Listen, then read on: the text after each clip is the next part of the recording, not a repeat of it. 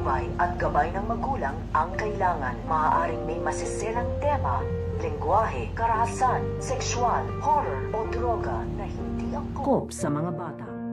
Sa pag-uwi nito nga ni para sa bahay nito nga ni Mamita ay dito na nga na maiisipang puntahan at kausapin at kamustahin ito nga ang kanyang anak na ito nga si Cheska, dahil ala nga dito ito nga daw si Lucy at ito nga daw si Darius ay magkakaroon nga daw sila ng pagkakataon na makapag-usap at magkamustahan. Kaya nga ito nga si Cheska ay masayang masaya naman ito dahil sa pagdalaw nga nito nga ni para dito nga daw sa kanya, dahil wala nga daw siyang kasama, dahil ito nga daw kanyang ina nito nga daw si Lucy at ang kanyang ama nito nga daw si Darius ay lumabas nga daw ito upang i-celebrate nga daw nila dito ang kanilang pagmamahalan. Kaya nga ito nga si Cheska at ito nga si Para ay mapag-uusapan nga nila dito ang tungkol dito nga kay Mamita, dahil mababanggit nga nito nga ni Cheska dito nga kay Para ang tungkol nga sa ginagawa nga daw ni noon, kung paano nga daw nakausapin ito nga daw si Mamita. Kaya nga ito nga si Para ay tatanungin nga dito ito nga si Cheska